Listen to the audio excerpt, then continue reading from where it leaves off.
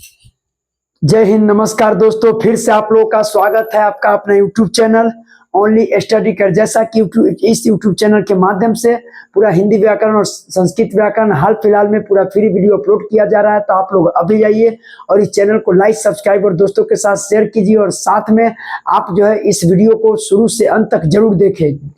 यदि आपको कोई भी पीडीएफ चाहिए तो आप हमारे व्हाट्सएप चैनल बना हुआ है, आप उस व्हाट्सएप चैनल से जुड़ जाइए ताकि आपको पूरा पीडीएफ मिलता रहे। हाँ, अभी आप लोगों को हम बता दें, इस यूट्यूब चैनल पर अभी आप लोगों को पढ़ाया जा रहा है संज्ञा, हमने पढ़ा दिया है। आज हम लोग का जो टॉपिक है वो है सर्वनाम। सर्वनाम क्या होता है, क्योंकि सर्वनाम एक ऐसा टॉपिक है जहां से एग्जाम में 2 नंबर 3 नंबर पूछा ही जाता है। आइए हम लोग एक एक करके सर्वनाम को पढ़ेंगे। 10 से 15 मिनट के वीडियो में हम पूरा सर्वनाम को पढ़ लेंगे। 1 से 2 वीडियो बनाएंगे, उसमें पूरा सर्वनाम कंप्लीट कर देंगे। केवल आप लोगों को ध्यान से समझना है, सुनना है और नोट डाउन करना है, अपने कॉपी में लिखना है, क्योंकि एग्जाम के बहुत ही कम टाइम रह गया है। इसीलिए आप लोग को एकदम जी जान लगाकर खूब मेहनत करना है। मेहनत इतनी करो कि ताकि आपको ये न पछतावा हो कि हम मेहनत किए थे और नंबर नहीं आया। इसीलिए आप मेहनत पूरी जी जान लगाकर कर दीजिए। आइए देखते हैं यहाँ पर क्या है सर्वनाम। तो सर्वनाम का मतलब क्या होता है। तो संज्ञा हमने पढ़ाया कि किसी व्यक्ति, वस्तु, स्थान के नाम को हम क्या कहते हैं, संज्ञा कहते हैं, जो कि कल के वीडियो में हमने पढ़ाया था, बहुत अच्छा से समझाया था। आज हम लोग पढ़ रहे हैं कि सर्वनाम क्या है।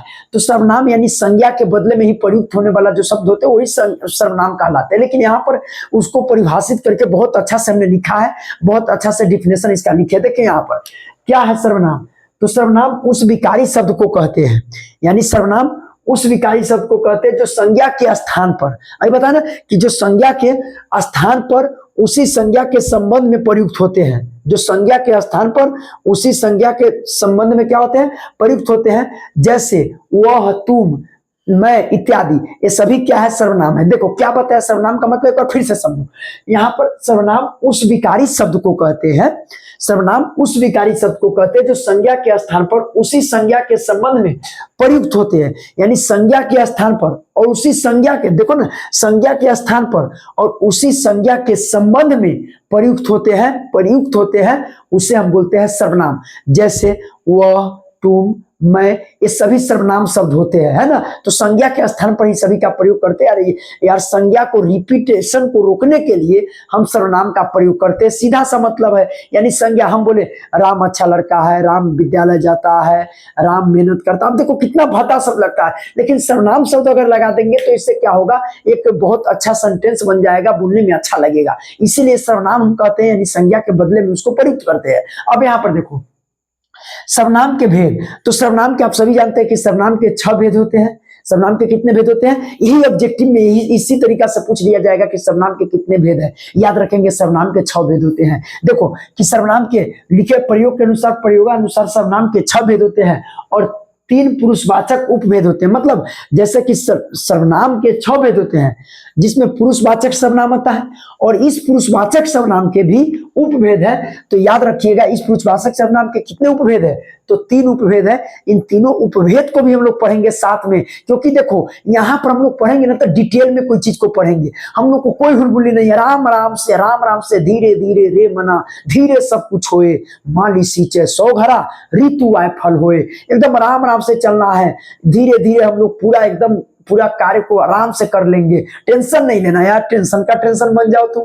यहाँ पर देखो तो क्या बताए, अब देखो यहाँ पर प्रयोगानुसार सर्वनाम के कितने भेद है, 6 भेद है और 3 पुरुषवाचक उपभेद भी है। मतलब पुरुषवाचक सर्वनाम भी 6 सर्वनाम में एक पुरुषवाचक सर्वनाम है और पुरुषवाचक सर्वनाम के भी कितने उपभेद है, 3 उपभेद है, जो कि आगे हम चर्चा कर दिए। यहाँ पर देखो पुरुषवाचक सर्वनाम क्या होता है पुरुषवाचक सर्वनाम। यहाँ पर सर्वनाम को एकदम जड़ से निपटा देंगे। यहाँ पर देखो ना, पुरुषवाचक सर्वनाम क्या है, तो जिस सर्वनाम का प्रयोग वक्ता या लेखक, वक्ता का मतलब होता है बोलने वाला, है ना। वक्ता का मतलब क्या होता है, बोलने वाला, बात करने वाला, बोलने वाला को वक्ता कहा जाता है। तो वही लिखे पुरुषवाचक सर्वनाम, यानी जिस सर्वनाम का प्रयोग वक्ता या लेखक द्वारा स्वयं के लिए, यानी वक्ता अथवा लेखक के द्वारा स्वयं के लिए अथवा अन्य व्यक्तियों के लिए किया जाता है, उसे हम क्या कहेंगे, उसे पुरुषवाचक सर्वनाम कहते हैं। मेरे दोस्त याद रखिएगा, क्या बताया एक बार फिर से समझो कि जिस सर्वनाम का प्रयोग जो वक्ता यानी बोलने वाला वक्ता या लेखक द्वारा स्वयं के लिए, या तो स्वयं के लिए बात करेगा या स्वयं के लिए अथवा अन्य व्यक्ति के लिए किया जाता है, उससे हम कहते हैं पुरुषवाचक सर्वनाम। कौन सर्वनाम कहते हैं? पुरुषवाचक सर्वनाम कहते हैं। और यहाँ पर देखो, जैसे यहाँ पर लिखे मैं, तुम, यह, वह, ये सभी क्या हो गया? पुरुषवाचक सर्वनाम हो गया। क्यों? क्योंकि सभी का प्रयोग यानी वक्ता या जो लेखक होगा वो स्वयं के लिए करेगा या अन्य व्यक्ति के लिए इसका प्रयोग करेगा, तो ये हो जाएगा आपका पुरुषवाचक सर्वनाम। ठीक है, दे देगा निम्नलिखित में कौन पुरुषवाचक सर्वनाम है। निम्नलिखित में कौन पुरुषवाचक सर्वनाम है, आप गलत करके चले आओगे। याद रखना, यहाँ पर जो बोर्ड पर लिखे है ना, इसको गौर से देखना है, समझना है। 5 मिनट 10 मिनट का वीडियो बनाएंगे, एकदम सॉन्ग के लेकर आपको ब्लूटूथ लगाना है, सुनते चल जाओ ना, याद हो जाएगा आपको। यहाँ पर देखो, तब पुरुषवाचक सर्वनाम क्या हो गया, एक बार फिर से समझो कि जिस सर्वनाम का प्रयोग वक्ता या लेखक द्वारा स्वयं के लिए अथवा अन्य व्यक्ति के लिए किया जाता है, उसे हम पुरुषवाचक सर्वनाम कहते हैं। जैसे देखो, मैं, तुम, यह, वह इत्यादि। उदाहरण के लिए देखिए, हम बोले यानी मैं कल दिल्ली जाऊंगा। अब बताइए, वक्ता द्वारा क्या कहा जाए कि मैं कल दिल्ली जाऊंगा। अब स्वयं के लिए प्रयोग हो रहा है कि नहीं हो रहा है? स्वयं के लिए प्रयोग हो रहा है कि नहीं हो रहा है? मैं किसके लिए प्रयोग हुआ? स्वयं के लिए प्रयोग हुआ। वही तो बताया, वक्ता या लेखक द्वारा स्वयं के लिए अथवा अन्य व्यक्तियों के लिए इसका प्रयोग किया जाता है ना। जैसे मैं कल दिल्ली जाऊंगा, तुम एक बहादुर लड़के हो। देखो, यहाँ पर स्वयं के लिए नहीं, दूसरे के लिए प्रयोग हो रहा है ना। वही तो बोले कि अन्य व्यक्ति के लिए, या तो स्वयं के लिए या अन्य व्यक्ति के लिए बात होगा। ठीक है, तो जैसे तुम एक बहादुर लड़के हो, मैं कल दिल्ली जाऊंगा, इस तरीका से आपका ये हो गया पुरुषवाचक सर्वनाम। और यहाँ पर देखो, मैंने क्या लिखा है कि पुरुषवाचक के कितने उपभेद है? 3 उपभेद है। और आओ यहीं पर तीनों उपभेद को हम लोग समझ लेते हैं, क्योंकि देखो हम डिटेल में पढ़ा रहे हैं, एक एक चीज पर डिस्कस करूंगा मैं, सीधा भागना नहीं है, हमें व्यूज नहीं बटोरना है। हमें आपको 10 व्यक्ति देखेगा ना, उसको समझ में आएगा। आप किसी भी लेवल की तैयारी करते हो, एग्जाम में काम देगा, आपके लिए अमृत है। यहाँ पर देखो, यहाँ पर लिखे पुरुषवाचक सर्वनाम के 3 उपभेद है। कौन कौन? एक उत्तम पुरुष, एक मध्यम पुरुष और एक अन्य पुरुष। देखो, पुरुष कितने होते हैं? 3 हो गया, एक उत्तम पुरुष, एक मध्यम पुरुष, एक अन्य पुरुष। बताइए ये किसका उपभेद है? तो पुरुषवाचक सर्वनाम के उपभेद है। अब क्या होता है उत्तम पुरुष? देखो, तो जिस सर्वनाम का प्रयोग वक्ता स्वयं के बारे में बताने के लिए करता है, यानी जिस सर्वनाम का प्रयोग, देखो उत्तम पुरुष का मतलब है कि जिस सर्वनाम का प्रयोग वक्ता यानी बोलने वाला जो होगा स्वयं के बारे में बताने के लिए करता है। जैसे स्वयं करें, मैं, हम, क्या है? स्वयं को लिए तो बात कर रहा है, तो इसको हम कहते हैं उत्तम पुरुष। ठीक है, याद रखिएगा कि जिस सर्वनाम का प्रयोग वक्ता स्वयं के बारे में बताने के करता है, उसे हम बोलते हैं उत्तम पुरुष। कौन पुरुष? उत्तम पुरुष। और ये किसका उपभेद है? तो पुरुषवाचक सर्वनाम का उपभेद है। जैसे मैं, हम, इस तरीका से। यहाँ पर देखो, अब क्या लिखे? मध्यम पुरुष। तो जिस सर्वनाम का प्रयोग वक्ता सुनने वाले व्यक्ति के लिए करता है, किसके लिए करेगा? सुनने वाले व्यक्ति के लिए करता है, उसे हम बोलेंगे यानी मध्यम पुरुष। तो याद रखिएगा कि जिस सर्वनाम का प्रयोग वक्ता सुनने वाले व्यक्ति के लिए करता है, उसे हम बोलते हैं मध्यम पुरुष। जैसे देखो, हम बोले तू, तुम, आप, इस तरीका से ये आपका हो गया मध्यम पुरुष। क्यों? क्योंकि इसमें वक्ता क्या बोला है कि जिस सर्वनाम का प्रयोग वक्ता सुनने वाले व्यक्ति के लिए करता है।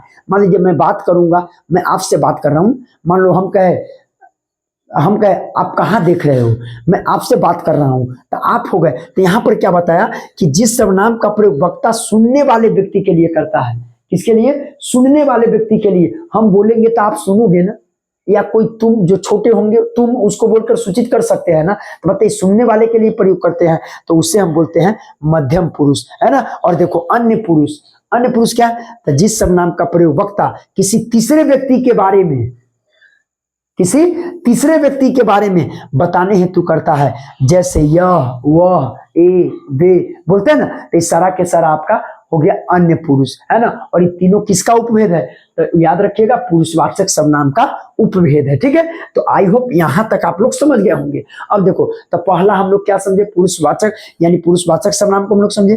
पुरुषवाचक सर्वनाम के 3 उपभेद है, उसको भी समझ लिए, है ना, क्योंकि पढ़ रहे हम लोग सर्वनाम, और सर्वनाम में पहला पढ़े पुरुषवाचक सर्वनाम, और पुरुषवाचक सर्वनाम के 3 उपभेद है, उसके बारे में भी हम लोग पढ़ लिए। अब यहाँ पर हम लोग पढ़ेंगे दूसरा सर्वनाम, जिसका नाम है निजवाचक सर्वनाम। क्या होता है निजवाचक सर्वनाम? देखिए यहाँ पर मेरे दोस्त, यहाँ पर कि जिन सर्वनाम शब्दों का प्रयोग वक्ता यानी स्वयं, देखो निज का मतलब है निजी, निज, स्वयं, स्वयं के लिए, है ना, वही बताया कि जिन सर्वनाम शब्दों का प्रयोग वक्ता स्वयं, यानी देखो पोस्ट में लिख दिए, खुद के लिए करता है, उससे निजवाचक सर्वनाम कहते हैं। यानी अपना का स्वयं के लिए करेगा, उससे बोलेंगे निजवाचक सर्वनाम। निजी है ना, निज, तो यही बताया कि निजवाचक सर्वनाम का मतलब हो गया जिन सर्वनाम शब्दों का प्रयोग वक्ता स्वयं यानी खुद के लिए उसका प्रयोग जब करता है तो उससे हम बोलते हैं निजवाचक सर्वनाम। जैसे आप, स्वयं, इस तरीका से मैं आप ही चला जाऊंगा, है ना, तो आप मतलब मैं स्वयं ही चला जाऊंगा, तो इस तरीका से आप का प्रयोग करते हैं, स्वयं का प्रयोग करते हैं। तो निजी व्यक्ति का जब बोध होता है, निजी का पता चले तो उससे निजवाचक सर्वनाम कहते हैं। ठीक है, अब यहाँ पर देखो उदाहरण के तौर पर हम कुछ वाक्य लिखे, जैसे देखो उदाहरण के तौर पर यहाँ पर भी वाक्य लिखे थे उदाहरण के तौर पर, और यहाँ पर उदाहरण वाक्य में इसको देखो, तुम्हें यह काम स्वयं करना होगा, तुम्हें यह काम स्वयं करना होगा। तो मेरे दोस्त बताइए, तुम्हें यह काम स्वयं करना होगा, तो खुद के लिए, निजी का पता चलता है कि नहीं, तुम्हें यह काम स्वयं, दूसरा नहीं करेगा, तुम्हें यह काम स्वयं करना पड़ेगा, तो निजी का पता चला ना, निज का बोधरण, स्वयं का बोधरण, तो इस तरीका से निजवाचक सर्वनाम हो गया, है ना। तो याद रखिएगा, दे देगा निम्नलिखित में कौन सर्वनाम लगा हुआ है, किस सर्वनाम का प्रयोग हुआ है ना, या निम्नलिखित में कौन निजवाचक सर्वनाम है। एग्जाम्पल देकर आपसे 4 एग्जाम्पल देगा और इस तरीका से सही गलत का आपसे पूछा जाएगा कि कौन सही है या कौन गलत है ना। अब आगे देखो, तो उदाहरण के तौर पर देख लिए, तो यहाँ पर लिखे तुम्हें यह काम स्वयं करना होगा, तो स्वयं आया कि नहीं आया, तो निज का पता चला। मैं अपने आप से ही हिंदी सीख गया, अब देखो मैं अपने आप से हिंदी सीख गया मतलब मैं किसी दूसरे का सहायता नहीं लिया, स्वयं से, अपने आप से, तो निज का पता चला ना, तो ये हो गया निजवाचक सर्वनाम। ठीक है, अब यहाँ पर देखो निश्चयवाचक, कौन, निश्चयवाचक। निश्चयवाचक देखो हम जैसे भी लिखे हैं और साथ में उसका वाक्य बनाकर भी लिखे हैं, ठीक है, उदाहरण के तौर पर। अब यहाँ देखो निश्चयवाचक क्या है, तो जिस सर्वनाम से वक्ता की किसी वस्तु का निश्चित का बोध हो, यानी जिस सर्वनाम से वक्ता की किसी वस्तु का निश्चित बोध हो, निश्चित को शो करे, निश्चित का बोध हो, चाहे वह वस्तु पास हो या दूर हो, है ना, यानी चाहे वह वस्तु पास हो या दूर हो, वह निश्चयवाचक सर्वनाम कहलाता है।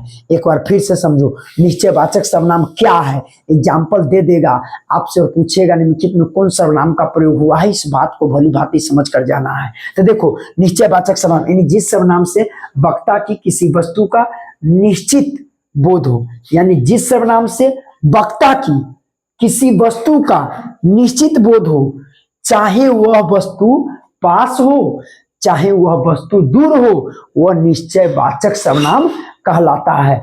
याद रखिएगा, जैसे यहाँ पर देखो हमने लिख दिया है, जैसे देखो यह, वह, वे, ये सभी क्या है, निश्चयवाचक सर्वनाम के अंतर्गत आएगा। क्यों, क्योंकि इस सर्वनाम से किसी वस्तु के निश्चित बोध होता है, चाहे वह वस्तु दूर रहेगा या नजदीक रहेगा। हम कहे ये कलम, वे कलम, यह कलम तो नजदीक के लिए, वह कलम तो दूर के लिए, यह लड़का तो नजदीक के लिए, वह लड़का तो दूर के लिए, है ना। तो इस तरीका से बताया निश्चयवाचक सर्वनाम। देखो यह, वह, वे, ये सभी निश्चयवाचक सर्वनाम है, इसको याद रखिएगा। उदाहरण के तौर पर वाक्य लिखे, देखो यह पुस्तक है, बताइए तो यह पुस्तक नजदीक को शो करेगा, हम कहे वह पुस्तक है तो दूरी को शो करेगा। तो इस तरीका से यह, वह, वे, ये सभी निश्चयवाचक सर्वनाम के अंतर्गत आएगा। ठीक है, निश्चितता का पता चलता है तो निश्चयवाचक सर्वनाम कहलाता है। मेरे दोस्त मैं अभी 3 पढ़ाया, 3 और पढ़ाऊंगा, एक छोटा सा वीडियो लेकर और आऊंगा जिसमें आपका 2 वीडियो बन जाएगा, काम तमाम। एक अभी बना दिए, एक और वीडियो बन जाएगा,